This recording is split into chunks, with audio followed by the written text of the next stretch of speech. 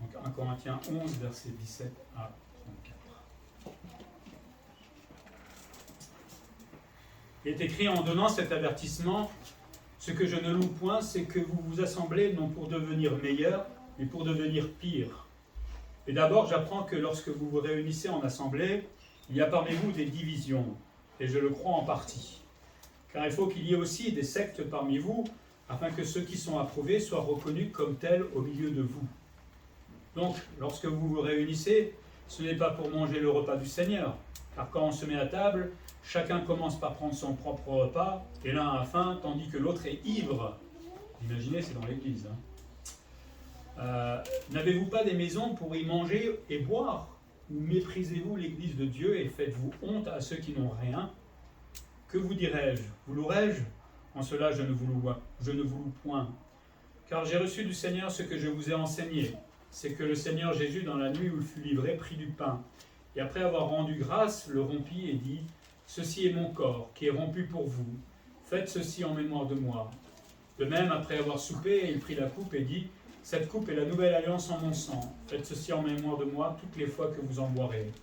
Car toutes les fois que vous mangez ce pain et que vous buvez cette coupe, vous annoncez la mort du Seigneur jusqu'à ce qu'il vienne. C'est pourquoi celui qui mangera le pain ou boira la coupe du Seigneur indignement sera coupable envers le corps et le sang du Seigneur. Que chacun s'éprouve soi-même, et qu'ainsi il mange du pain et boive de la coupe. Car celui qui mange et boit sans discerner le corps du Seigneur, mange et boit un jugement contre lui-même. C'est pour cela qu'il y a parmi vous beaucoup d'infirmes et de malades, et qu'un grand nombre sont morts. Si nous nous jugions nous-mêmes, nous ne serions pas jugés. Et quand nous sommes jugés, nous sommes châtiés par le Seigneur, afin que nous ne soyons pas condamnés avec le monde. Ainsi, mes frères, lorsque vous vous réunissez pour le repas, attendez-vous les uns les autres. Si quelqu'un a faim, qu'il mange chez lui, afin que vous ne vous réunissez pas pour attirer un jugement sur vous.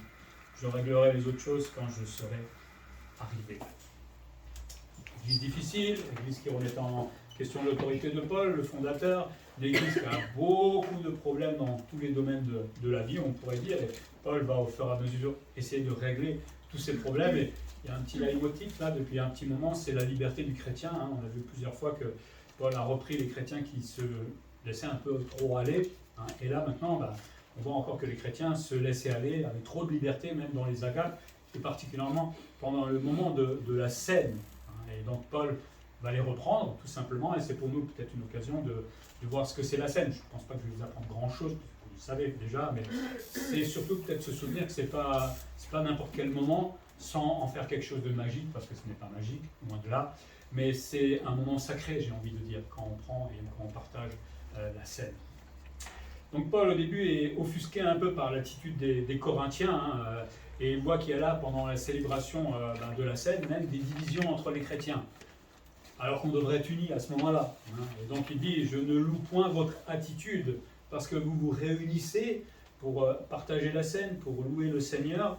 Donc on est là dans le contexte de l'Église, on est bien clairement dans ce contexte-là de réunion d'Église. Et lui, il dit qu'au lieu de venir pour vous édifier, vous sortez de l'Église et vous êtes pire qu'en entrant, en fait. Comment ça se fait, ça? Normalement, on s'édifie en rentrant dans l'Église. On devrait être un petit peu meilleur, ou au moins avoir fait un petit progrès, ou avoir envie d'être mieux. Mais eux, ils sont pires qu'en rentrant. C'est quand même grave. On en arrive à un point où je pense que Paul il devait s'arracher les cheveux. Ces Corinthiens, en même temps, c'est bien pour nous, c'est une bonne leçon de vie et de savoir que ça peut exister, hélas. Et Paul se rend compte qu'il y a là des divisions. Le mot parle de schisme en grec. C'est une déchirure, des dissensions dans l'Église. Et tout doucement, et ça c'est triste quand ça commence dans une Église, il y a des petits clans qui commencent à se former. Aujourd'hui, le grand danger de l'Église, c'est le communautarisme. Parce qu'on fait des églises de Noirs, excusez-moi le terme, mais c'est ça, des églises de Chinois, des églises de Français. C'est pas ça l'Église. L'Église, c'est un mélange de tout cela. Alors là, c'était peut-être pas par rapport à la nationalité, mais c'était peut-être par rapport à je suis d'eux ou de machin. Où il y avait peut-être les riches avec les pauvres et les pauvres ensemble. Mais en tout cas, il y avait des clans qui commençaient à se placer dans cette Église. Et même, il parle de secte. Alors, la différence entre un schisme et une secte, c'est que le schisme, c'est une division, on va dire, dans l'Église, ces petits clans qui se passent qui se place. Par contre, une secte, c'est on sort normalement de l'église, hein, il y a une dissidence qui se fait, et on va construire notre propre église. Ne partez pas de cette église pour construire votre église, s'il vous plaît. Venez-moi avant. J'espère que non, hein, quand même. Mais ne croyez pas, hein, ça existe, hein, hélas, et plus qu'on le croit. Donc il semblerait que l'église se divisait durant la célébration de la scène, alors que la scène, c'est un moment de communion entre nous, un moment d'unité autour du Seigneur, hein, un moment d'amour normalement, et eux, ils se crêpaient le chignon, comme on dit tout simplement à ce moment-là. Quand vous pouvez prendre la scène dans une attitude comme cela, c'est quand même hypocrite ensuite de prendre les aliments et de dire merci Seigneur pour la croix, alors qu'on est en train de faire n'importe quoi. C'est un peu, je sais pas, je ne comprends pas. Et certainement que l'origine de ces schismes venait peut-être de l'économie des uns et des autres. Hein. Il y avait des vrais pauvres dans l'église de Corinthe, et certainement dans toutes les églises, et il y avait des riches. Et ça, on le voit dans d'autres épîtres. Alors, il y avait des gens qui n'avaient pas beaucoup de nourriture, ou pas du tout peut-être même, et il y a des riches qui avaient beaucoup de nourriture, et quand ils arrivaient là pour aller célébrer leur scène, certainement qu'il y avait une agape en même temps, ils avalaient toute leur nourriture, et le pauvre pauvre à côté, ouais, c'est ça, il regardait, et l'estomac, il devait faire... Le problème, c'est qu'ils ne partageaient certainement pas le riche. Donc ça fait une sorte de division entre les pauvres et les riches, et c'est pas comme ça que ça se passe normalement dans l'église de Jésus-Christ. Si vous avez des bons mets à venir pour l'agape, hein, gardez-les chez vous. Hein. On partage des choses simples hein, pendant une agape. C'est pas la peine de montrer qu'on a de l'argent. Ça sert à rien. Mais malgré tout, Paul, il est formidable. Il se rassure quelque part parce qu'au-delà des sectes, au-delà de tout ce qu'ils sont en train de faire, ça révèle en fait ceux qui sont approuvés, comme il le dit. Hein. Malgré que ces chrétiens soient charnels, qu'il y ait des schismes, qu'il y ait une secte peut-être, bon, là il n'y en a pas encore pour l'instant, mais de cette division ressort un bien, c'est qu'on voit ceux qui sont vraiment spirituels. Tous n'étaient peut-être pas divisés. Et on voit ceux qui avançaient vraiment avec le Seigneur et qui sont approuvés par le Seigneur. C'est pas qu'il faille avoir des clans et des sectes dans l'Église pour qu'on puisse voir cela. Je préférerais qu'on les voit sans ces problèmes-là. Mais bon, souvent c'est comme ça qu'on les voit et qu'ils se distinguent des autres. Le repas du Seigneur, version Corinthien, j'ai envie de dire, hein, c'est que les Corinthiens se réunissaient pas pour célébrer la scène, mais simplement pour manger. C'est vrai qu'il dit il y a d'autres endroits pour manger. Peut-être qu'il y avait la gâte, mais bon. Ils se mettaient à table et commençaient à manger leur propre repas, certainement sans partager avec ceux qui n'avaient rien, ou très peu.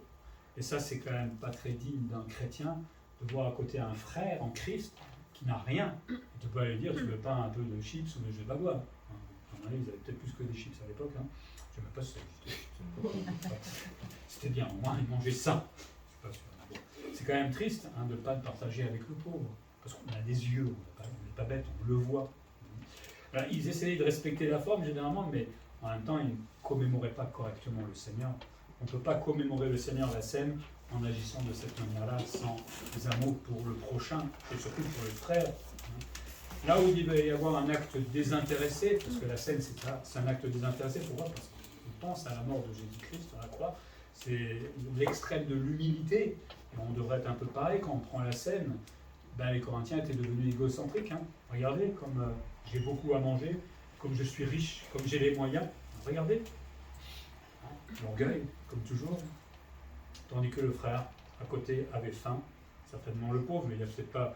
Vous savez, à l'époque, ils n'avaient pas grand-chose non plus. Hein, donc, et pendant ce temps-là, le riche se goinfrait, mais en plus, il se saoulait. Certainement que c'est lui qui avait de l'alcool. Hein. Je ne pense pas que les riches en avaient, donc c'est peut-être lui qui était complètement bourré. Et on va prendre la scène comme ça.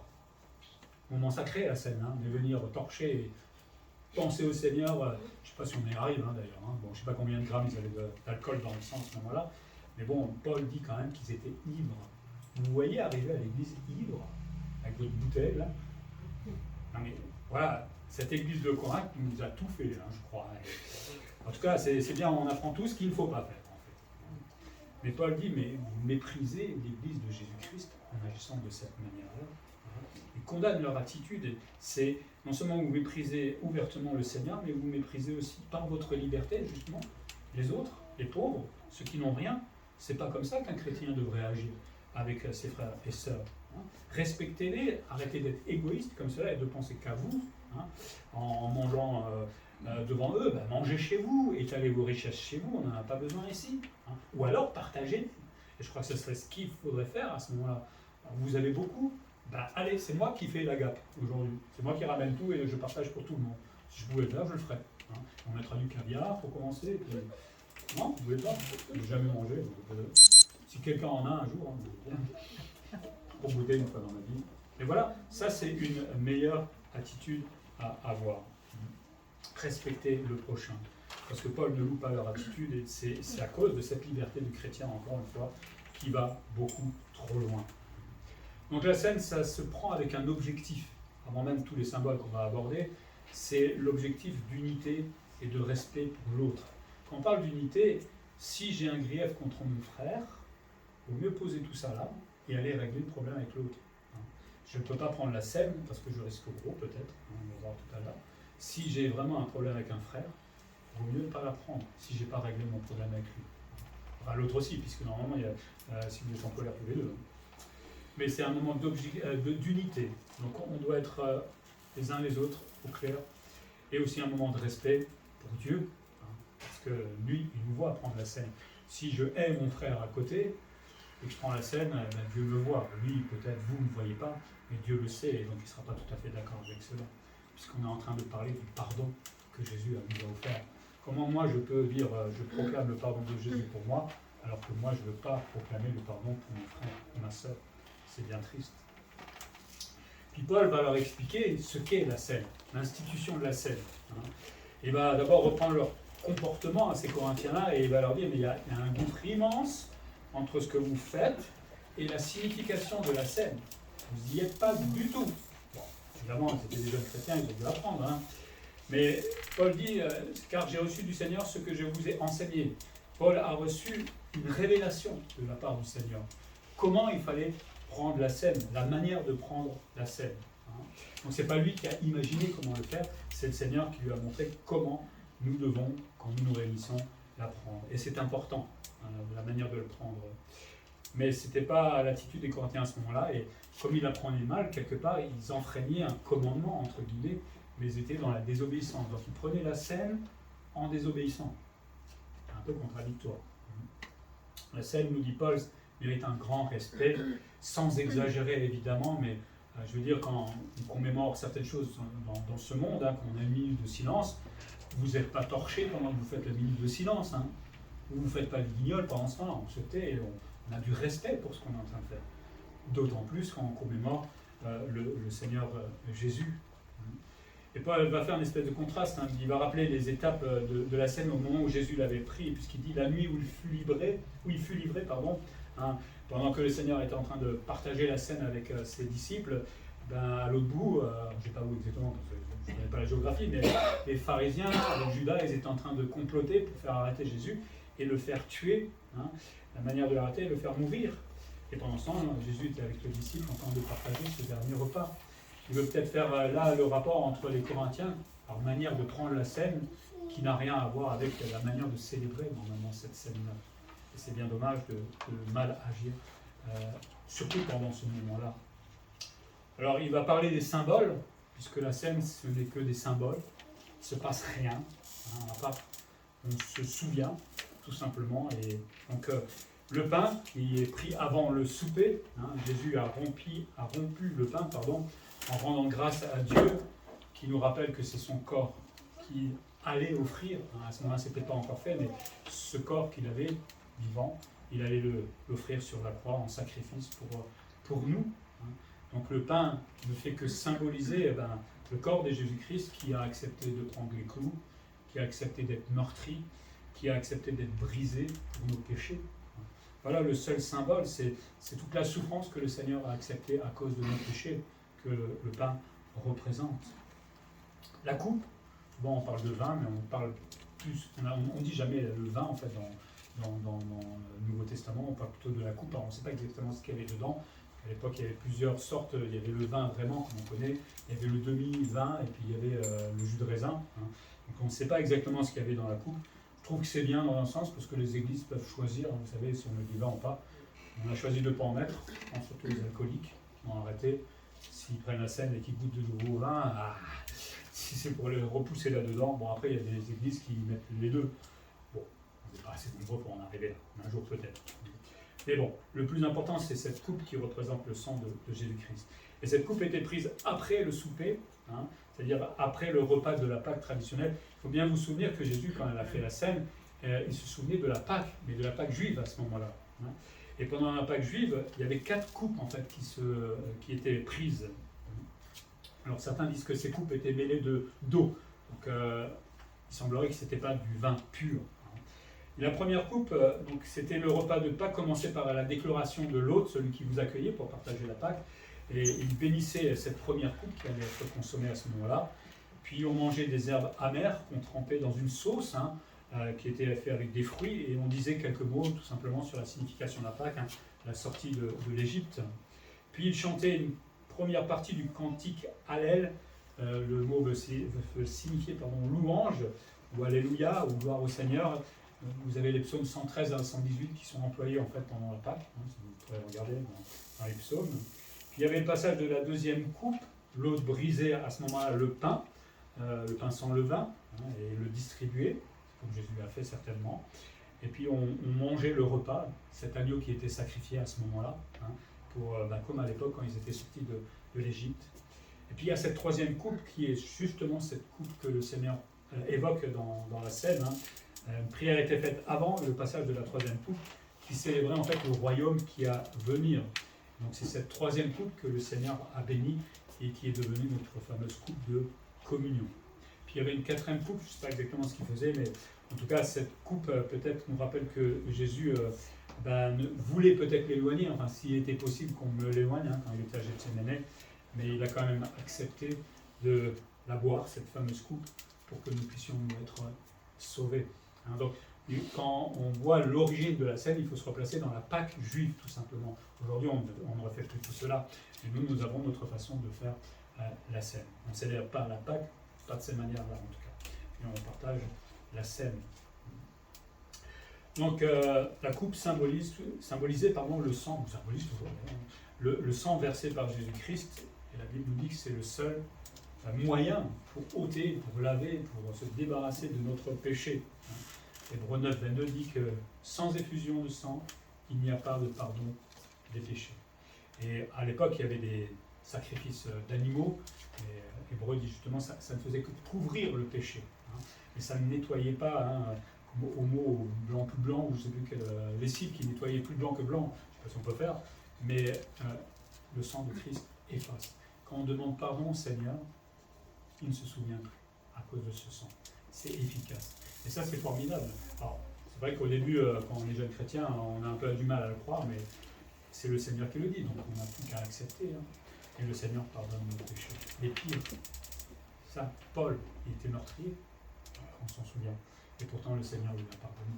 Donc, il efface vraiment les péchés. Il y a peut-être des conséquences de nos actes. Hein. C'est vrai que Paul, au départ, quand il voulait aller vers l'Église avait peur de lui, donc c'est normal, c'est les conséquences de nos actes, mais le Seigneur lui pardonne vraiment. Peut-être quelques erreurs liées à la scène, je ne sais pas si vous avez déjà entendu parler de comment on fait ça chez les catholiques, ou peut-être ailleurs, la transsubstantiation, ou la consubstantiation, ça vous a... Non. C'est des erreurs évidemment doctrinales. Hein. La transsubstantiation, c'est en fait chez les catholiques, hein, ils pensent que c'est un phénomène surnaturel qui signifie littéralement qu'il y a une conversion d'une substance en une autre. C'est-à-dire que le pain et la coupe, ou le vin pour eux ils disent, se transforment complètement et le pain et le vin deviennent le corps et le sang de Christ. Hein. Donc ils mangent Jésus quand ils prennent l'Eucharistie comme ils disent. Évidemment, on n'est pas du tout d'accord. Il ne se passe absolument rien quand on est en train de prier pour les aliments. Le pain reste du pain, la coupe reste de la coupe. Il n'y a pas de transformation de substance. Et moi, j'ai pas envie de manger Jésus. Autre chose à faire. C'est mal comprendre en fait, la scène. Par contre, il y a aussi la consubstantiation, hein, dans une interrogation écrite à la fin. C'est la doctrine protestante luthérienne, c'est encore une autre religion par laquelle, lors de la scène, le pain et le vin, alors ils sont un peu plus subtils, conservent leur substance propre, donc le pain et le vin restent du vin, mais se mélangent avec les substances du corps de Christ et le sang de Christ. Hein. Chez les catholiques, c'est transformé complètement. Chez les luthériens, on mélange les deux. Évidemment, c'est pas plus. Vous regardez, tu sais, on ne peut même pas imaginer comment ils sont arrivés à une telle logique, mais bon, que vous le sachiez. Hein. Je n'irai jamais prendre la scène chez les catholiques. Je ne peux pas. De toute façon, déjà, vous ne buvez pas, normalement, la coupe, vous ne la buvez pas. Il n'y a que le prêtre qui le fait, il me semble. Donc, vous avez le droit qu'à la moitié déjà, et en plus, vous mangez Jésus. Il y a une remarque que je fais quand même, hein, c'est que dans les deux cas, transsubstantiation ou consubstantiation, c'est que dans les deux cas, quand Jésus a fait la scène, il ne s'est pas mangé lui-même. Il n'était pas encore mort à ce moment-là. Donc le symbole, c'était avant sa mort déjà qu'il existait. Hein. Mais le symbole va venir puisqu'il va le vivre vraiment. Donc quand il a partagé la scène, lui, il était vivant et il a montré les symboles, que c'était que des symboles et qu'il n'y avait pas de transformation à ce moment-là, de substance ou quoi que ce soit. On est bien simplement dans des symboles. Le pain et la coupe restent intacts. Il n'y a pas de quelque chose de magique qui va se passer durant la scène. On ne fait que commémorer Jésus-Christ au travers de symboles. On démontre quelque chose. Et puis Paul dit aussi que la scène évoque la nouvelle alliance. Ça, c'est peut-être très mal compris, il y aurait beaucoup de choses à dire, mais on pourrait dire aussi que c'est une nouvelle relation que Dieu a avec son peuple. Alors cette nouvelle alliance, c'est cette alliance qui a été promise dans l'Ancien Testament, mais qui est renouvelée aussi dans quelques versets dans le Nouveau Testament. D'abord, une alliance, ça se rapporte à une relation dans laquelle l'un des partis va établir les conditions que l'autre va accepter ou rejeter. Hein, si moi j'établis une alliance avec Robert va me dire oui ou non. Voilà. Il va dire oui, hein. L'ancienne alliance, je vais me faire attendre par la sortie. L'ancienne alliance, donc l'Ancien Testament, avait pour centre d'intérêt la parole écrite, la loi. Hein, c'était ça un peu la première alliance qu'il y avait avec le peuple juif, les 10 commandements. La nouvelle alliance, maintenant, a pour centre d'intérêt toujours la parole, mais cette parole qui est devenue vivante et qui est Jésus-Christ. Donc la nouvelle alliance, c'est en fait une promesse que Dieu a faite qui est inconditionnelle pour le peuple juif. Il s'engage à avoir compassion d'Israël, et il y a du travail. Ils l'ont rejeté, ils le rejettent toujours aujourd'hui. Avoir compassion pour Israël et pour leurs péchés. On sait qu'avant que Jésus revienne, une partie d'Israël va se convertir, parce que quand Jésus va descendre à Jérusalem, les Juifs vont voir qu'il a les 2 mains percées. Ils vont se souvenir qu'il l'avait cloué sur la croix. Et beaucoup vont se repentir à ce moment-là en reconnaissant enfin qu'il était le vrai Messie. Mais cette nouvelle alliance, souvent on a l'impression que c'est pour nous en tant qu'Église. C'est pas juste en fait, parce que cette nouvelle alliance, on en avait parlé un vendredi, la nouvelle alliance, elle concerne les Juifs directement. Nous, on en profite d'une certaine manière de cette nouvelle alliance. Par exemple, dans Jérémie 31, 34, il est dit, et là on voit qu'on s'adresse aux Juifs, on est dans l'Ancien Testament, voici les jours viennent, dit l'Éternel, où je ferai avec la maison d'Israël et la maison de Juda une nouvelle alliance. Non comme l'alliance que je traitais avec leur père, le jour où je les saisis par la main pour les faire sortir du pays d'Égypte, alliance qu'ils ont violée, quoique je sois leur maître, dit l'Éternel. Mais voici l'alliance que je ferai avec la maison d'Israël. Après ces jours-là, dit l'Éternel, je mettrai ma loi au-dedans d'eux. Je l'écrirai dans leur cœur, et je serai leur Dieu, et ils seront mon peuple. Ça va être un jour exceptionnel. Ça, c'est quand on sera au moment où Jésus revient, quand les Juifs se convertiront, en fait, une partie des Juifs se convertiront. Ça va faire drôle de voir des Juifs qui disent « Gloire à Jésus-Christ ». Celui-ci n'enseignera plus, je serai leur Dieu sur mon peuple. Celui-ci n'enseignera plus son prochain, ni celui-là son frère, en disant « Connaissez l'Éternel, car tous me connaîtront, depuis le plus petit jusqu'au plus grand, dit l'Éternel, car je pardonnerai leurs iniquités, et je ne me souviendrai plus de leurs péchés. » Au moment où Jésus va poser ses pieds à Jérusalem, vous ne pouvez pas dire autrement que c'est lui le Messie à ce moment-là, il faut le reconnaître. Il n'y a pas besoin de le reconnaître, puisque tout le monde le sait. Et cette promesse qui a été faite dans l'Ancien Testament, on retrouve dans Hébreux 8, 10 à 12, où il est dit « Mais voici l'alliance que je ferai avec la maison d'Israël. » D'accord ? Même dans le Nouveau Testament, on reste fixé sur Israël. Après ces jours-là, dit le Seigneur, je mettrai mes lois dans leur esprit, je les écrirai dans leur cœur, et je serai leur Dieu, et ils seront mon peuple. Personne n'enseignera plus son concitoyen, ni personne son frère en disant « Connais le Seigneur », car tous me connaîtront, depuis le plus petit jusqu'au plus grand d'entre eux, parce que je pardonnerai leur iniquité, et que je ne me souviendrai plus de leur péché. C'est simplement que « et je ferai avec la maison d'Israël », il n'est pas dit avec l'Église. Donc, cette nouvelle alliance, elle est destinée à Israël au moment où ils vont se convertir, puisque Dieu va leur donner le Saint-Esprit à ce moment-là. Il y aura plein de choses, un miracle aussi, on peut avoir. Mais nous, aujourd'hui, en tant qu'Église, nous profitons tout simplement de cette nouvelle alliance. Cette nouvelle alliance a été ratifiée, comme dit Paul, par le sang de Jésus-Christ. C'est au moment où il est mort que cette nouvelle alliance a pu avoir lieu avec Israël parce qu'elle repose sur l'œuvre de la croix, pas comme autrefois sur les sacrifices, etc.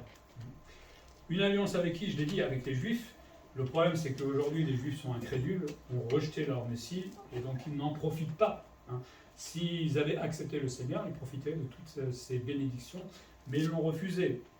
Et cette nouvelle alliance, même s'ils n'en profitent pas, est en vigueur, mais on ne le voit pas aujourd'hui. Et comme je dis, nous, on profite un petit peu de ces bienfaits.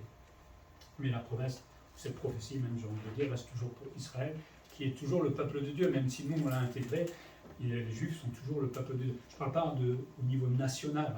C'est ceux qui sont descendants d'Abraham, c'est ceux qui ont accepté Jésus-Christ. Donc le vrai Juif, pas de nationalité, mais celui qui est spirituel, c'est celui qui accepte Jésus-Christ dans sa vie. Parce que des fois, on mélange les deux. On n'est pas d'accord avec ce que font les Juifs, évidemment. De toute façon, ils font comme les autres. Ensuite, on peut s'intéresser à la fréquence de la scène. Quand et combien de fois il faudrait prendre la scène, parce qu'on peut se poser la question. Je suis sûr que vous l'avez posé déjà. Jamais, bravo. Toutes les fois que vous mangez et vous buvez. En fait, la Bible ne donne pas de fréquence. Moi, quand j'étais jeune chrétien, on le faisait tous les dimanches. Il y en a qui le font une fois par mois, une fois par trimestre. Ça, c'est un peu dommage. C'est un peu long d'attendre si longtemps. En tout cas, on sait que les disciples prenaient le premier jour de la semaine, donc c'est pendant le culte, tout simplement. On voit ça dans Acte 27. Donc la Bible ne nous donne pas de règles vraiment sur la fréquence. Donc on est libre chacun de choisir. Si un jour vous voulez qu'on le fasse tous les 15 jours, on le fera.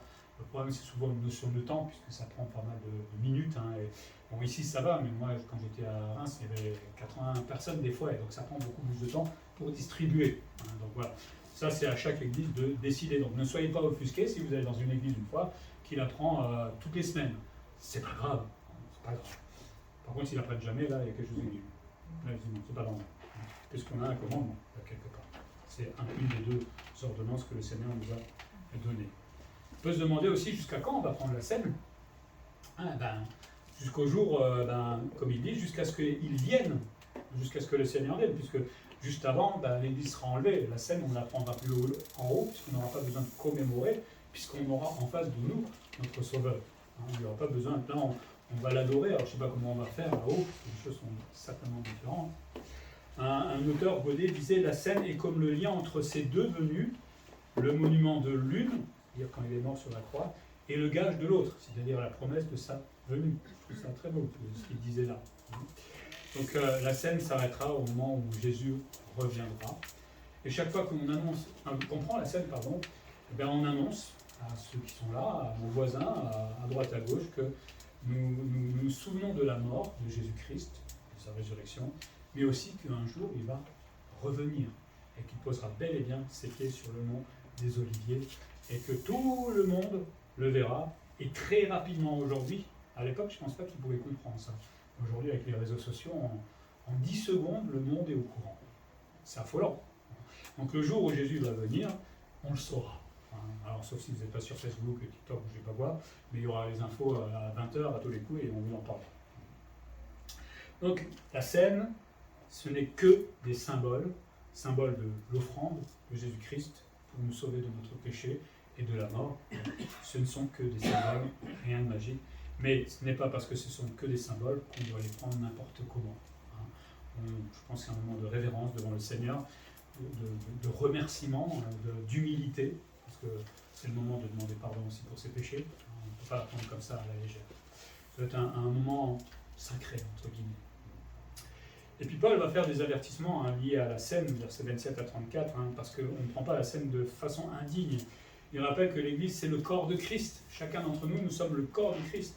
Donc c'est important de la manière de le prendre. Chaque chrétien qui est sauvé compose ce corps de Christ, et quel que soit notre niveau professionnel, social, l'argent que l'on a ou pas, la voiture, ou je ne sais pas, tout ce qu'on pourrait faire comme différence, on est égaux, puisqu'on est tous sauvés de la même manière, à moins que quelqu'un ait payé son salut ici, mais vous n'êtes pas sauvés dans ce cas-là, parce que c'est pas par grâce. Tout le monde, que vous soyez riche, pauvre, grand, petit, moyen, jaune, vert, rouge, je ne sais pas, on est sauvés de la même manière, et on compose tous de la même manière le corps de Christ. Il n'y a pas de différence. Donc prendre la scène de façon indigne, c'est triste de le faire en faisant ces différences-là. Mais Paul avertit de ne pas la prendre de façon indigne. Alors on pourrait se dire, oui, mais moi j'ai une nature pécheresse, donc est-ce que je dois la prendre? Paul n'est pas en train de parler de ça, puisqu'il sait lui-même, il déclare à un moment, qu'il se sait pécheur et que ce péché est toujours là, et il essaie de s'en débarrasser, il lutte contre cela. Ce n'est pas ce qu'il veut dire, on prendra toujours la scène, on va dire, avec notre nature pécheresse. Hein. Il n'y a personne qui arrive le dimanche pour apprendre de façon parfaite, ou avec la volonté d'être parfait. Mais là, plutôt dans le contexte, c'est qu'il ne faut pas l'apprendre en méprisant, par exemple là, le pauvre, hein, en se moquant de lui ou en mangeant, comme on a vu tout à l'heure, sans avoir de l'amour pour l'autre. C'est ça qu'il est en train de dire. Hein. Et c'est la même chose, hein, on va plus loin, c'est comme j'ai dit tout à l'heure, si je prends la scène sans pardonner à mon prochain, là aussi je méprise tout simplement le corps de Christ, et je brise l'unité. Donc quand on prend la scène, il faut régler ses problèmes avec les autres, il faut avoir de l'amour évidemment avec son prochain. Et c'est à ce moment-là que c'est pas parce qu'on est encore pécheur qu'on ne peut pas la prendre, hein. Sauf si on a un péché et qu'on ne veut pas s'en débarrasser, ça c'est clair. Mais c'est surtout attention à mon attitude avec les autres. On a un temps, le temps de silence que j'aime bien avoir, c'est ce temps-là, on peut demander, mais on peut le faire déjà avant de venir à l'église, en sachant qu'on prend la scène. Hein. Si on allait le faire tous les dimanches, hein, on serait propre tous les dimanches, hein, quelque part. Et donc il faut s'éprouver soi-même, pas éprouver l'autre, hein. S'éprouver, s'examiner, hein, que chacun donc s'éprouve soi-même, s'examine. Hein, vous savez ce que c'est un examen? On s'arrête et on regarde. Et on essaie d'être honnête avec soi-même. Souvent on dit c'est pas grave, on verra ça demain, hein, etc. Non, on est censé s'examiner et voir où on en est, hein, pour prendre la scène. Si ces Corinthiens s'éprouvaient vraiment eux-mêmes, ils auraient bien compris que leur attitude, Dieu ne l'approuvait pas du tout. Et donc quand on agit comme cela, on ne discerne pas, comme dit Paul, le corps de Christ. On devient irrespectueux par rapport à ce corps de Christ, donc envers Jésus-Christ, et même envers les frères et sœurs.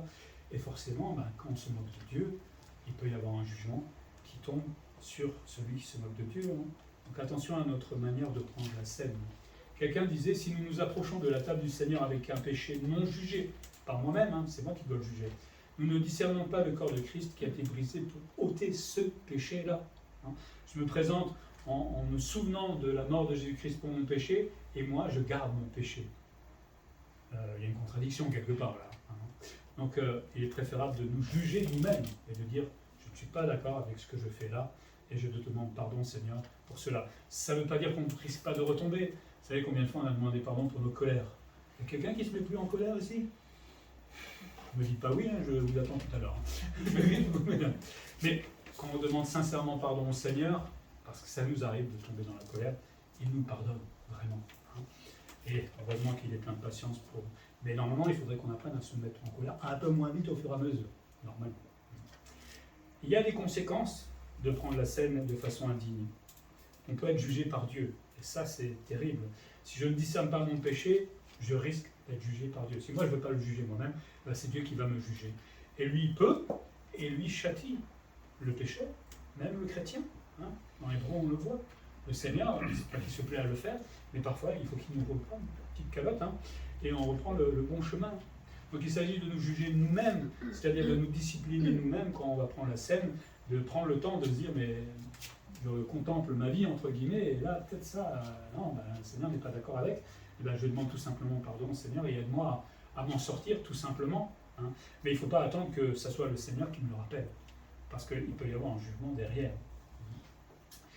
Tout ça dans le but d'abord d'être en règle avec le Seigneur, quand je prends la scène, mais aussi, parce que sinon ce n'est pas le cas, de conserver l'unité, hein, dans l'Église et la paix dans l'Église. Vous savez, si on prend la scène et que lui, il s'est bagarré avec moi juste avant, et que je le vois prendre la scène, je me dis, mais s'est fait lui, il n'a rien compris à moi. Et là, il n'y a pas d'unité, il n'y a pas de paix. Moi, je vais aller le voir et je dis, attends, tu m'as insulté tout à l'heure, tu prends la scène, ça ne te pose pas de problème sans me demander pardon, quoi. Il y a un problème là. Et croyez pas que dans l'Église, ça ne soit pas comme ça souvent. On minimise souvent ce genre de choses-là. Quand on fait du mal à l'autre, le Seigneur attend qu'on en pardonne. Un vrai pardon sincère. Ce n'est pas le temps qui pardonne. Si on ne demande pas pardon aujourd'hui, dans 2 ans, c'est toujours un problème entre les 2 frères. Dans 10 ans, c'est toujours un problème devant Dieu. Hein, il faut à un moment que les choses se règlent. Si je ne veux pas le faire, Paul dit, maladie, mort. Et oui, on ne se moque pas de Dieu. Combien de fois on dit dans la Bible qu'on ne se moque pas de Dieu? Ananias et Saphira, ils avaient menti au Saint-Esprit à Dieu, ils sont morts. Alors, le Seigneur est plein de compassion, je pense qu'il est un juste juge. Mais là, on ne parle pas de la perte du salut, on est bien d'accord. Si c'est un chrétien, Anania et Saphira étaient nés de nouveau, je pense. Ils sont avec le Seigneur, mais à un moment, quand on se moque éperdument du sens de la scène et de Dieu, Dieu ne rigole pas avec ça. Et donc, vaut mieux des fois passer les aliments, prier le Seigneur, plutôt que me dire « Ah, mais les autres me regardent, etc. » Moi, je ne regarde pas l'autre, ça ne m'intéresse pas. En passeur, j'essaie, mais ce n'est pas la même chose. Mais vaut mieux être honnête devant le Seigneur quand on prend la scène. Et c'est pas grave si ça passe. Vaut mieux ça que risquer gros derrière. Verset 33, il dit donc dans ce cas-là, changez votre attitude. Attendez-vous les uns les autres. Arrêtez de commencer à manger. À tout de suite partager la gâte. Je pense qu'il devait peut-être le faire après la scène, peut-être. Arrêtez de manger. Attendez que tout le monde soit là. C'est quand même mieux quand on peut prier ensemble et commencer la gâte. Parce que sinon, vous avez tous fini et on arrive, on ne peut même pas partager. Mais certainement que le but c'était de partager le repas ensemble, mais dans le but aussi de le partager avec les autres. Et là je pense aux pauvres, que si moi j'avais de quoi, je pouvais en donner aux autres. Et si quelqu'un a faim, mon pauvre chéri, si tu as vraiment l'estomac qui gargouille à ce point-là, mange avant de venir, prends un bon petit-déj avant le culte. Et comme ça, ton estomac ne va pas gargouiller pendant le culte. Qu'il mange d'abord chez lui avant de venir étaler ses richesses, montrer qu'il a de quoi se nourrir. Je pense qu'il faut distinguer l'agape, qui est un moment de communion fraternelle, où on partage les choses de la vie, et la scène qui est un moment sacré, une communion, mais qui est plutôt sacrée, dans le sens où on la partage avec le Seigneur directement, et en nous souvenant de ce qu'il a fait pour chacun d'entre nous. On ne peut pas, je pense, mélanger les deux. C'est deux choses qui sont distinctes. Eux, mélanger simplement les deux. Donc si la scène n'est qu'un simple repas, désolé, mais c'est comme ça, elle reste pourtant un moment, je pense, extrêmement important à cause du souvenir que l'on a de l'œuvre de Jésus-Christ pour nous. Vous savez, avec la vie, on a tendance à oublier les choses. On sait que Jésus m'a sauvé, mais c'est bien d'avoir une petite piqûre de rappel de temps en temps pour nous calmer un peu, pour nous faire ressurgir tout ce que le Seigneur a souffert pour nous, ce qui nous met dans un état d'humilité, j'ai envie de dire, qui nous pousse peut-être aussi à dire il faudrait peut-être quand même que j'arrête un peu mes bêtises, que je change d'attitude, que je grandisse, que je croisse, comme on avait vu tout à l'heure. C'est bien d'avoir un petit arrêt dans notre vie, parce que si on n'avait pas cet arrêt-là, on gambaderait gentiment et on ne se souviendra pas toujours de ces choses-là. Le Seigneur fait bien les choses, et c'est une ordonnance, donc c'est un ordre aussi que le Seigneur nous donne de faire couler la terre. Pour terminer, Paul reprend encore une fois la liberté outrageuse, j'ai envie de dire, de ces Corinthiens, là cette fois envers les pauvres, leurs frères, leurs sœurs, et aussi particulièrement par rapport à la scène. Il y a un temps pour les agapes, on mange, on boit, on parle ensemble, et il y a un temps qui est consacré à se souvenir de l'œuvre de grâce, un moment extrêmement important, révérencieux, parce qu'on le veut comme cela, parce qu'on est devant Dieu tout simplement, de façon plus grande, j'ai envie de dire. La scène est donc un moment de commémoration, on se souvient tout simplement de Jésus, et qui est exprimé par des symboles. Si un jour quelqu'un vous pose la question, vous pourrez lui expliquer. La scène nous rappelle aussi l'amour de Jésus-Christ pour nous, parce que moi, quand je prends la scène, ça me montre combien Jésus m'a aimé. Pas grand monde est mort sur une croix pour moi. Aucune personne, d'ailleurs, a fait ça pour moi. Quelqu'un qui a été prêt à donner sa vie pour moi, un méchant Emmanuel au départ, je ne suis toujours pas parfait, mais j'étais terrible à l'époque. Lui, il m'a aimé. Et ça nous fait craquer normalement, devant un tel sauveur. Ça devrait être un moment de souvenir. Et vous savez, attention, même avec la scène, on a l'habitude de la scène, le souvenir, je me souviens, c'est un vrai moment de souvenir.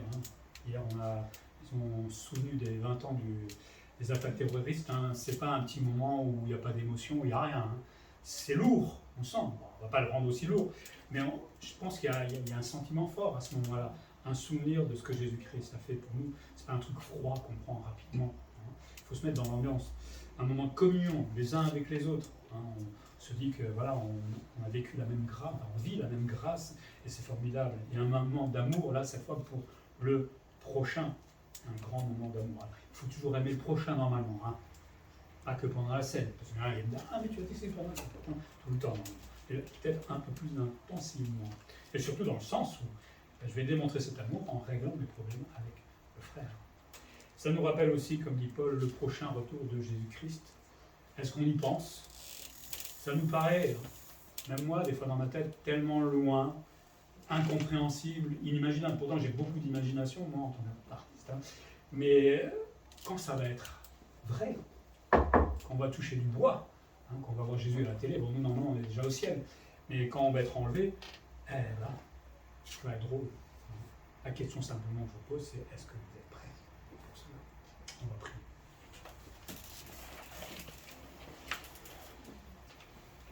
D'abord, Seigneur, merci pour ton œuvre de grâce qui nous rappelle combien tu as accepté cette coupe, Seigneur, c'est-à-dire d'aller jusqu'à la croix. Tu as accepté qu'on cloue tes mains, tes pieds. Tu acceptes que ce sang soit versé, Seigneur, sur cette croix. Tu as accepté l'humiliation, tu as accepté les cris, tu as accepté tout ce qu'on ne peut même pas imaginer de la part des hommes qui te détestaient à ce moment-là et peut-être nous-mêmes, Seigneur. Mais tu l'as accepté par amour pour chacun d'entre nous et nous voulons nous souvenir de cela à chaque fois que nous allons partager la scène, Seigneur, que nous ne faisions pas les choses à la légère. Apprends-nous à peut-être mieux comprendre ce souvenir, Seigneur, à mieux l'apprécier, à le rendre peut-être plus intense aussi dans notre vie, mais surtout à ne pas être indigne devant toi, Seigneur, parce que comme tu l'as dit, tu ne rigoles pas avec ces choses-là. Seigneur, aide-nous à grandir évidemment dans notre foi, à devenir de plus en plus dignes de toi, Seigneur, et je prie pour ce monde qui ne te connaît pas et qui un jour va te voir venir en chair et en os, et ça sera trop tard pour la plupart, et quel dommage, Seigneur. Apprends-nous à partager peut-être ces symboles avec quiconque veut bien l'entendre, que Jésus est mort, que Jésus est ressuscité, mais aussi que Jésus va un jour revenir sur cette terre. Mais aussi, parce que tu le dis, que Jésus est avec nous aujourd'hui jusqu'à la fin du monde. Seigneur, merci d'être ce grand et bon sauveur pour chacun d'entre nous. En Jésus-Christ. Amen. Amen.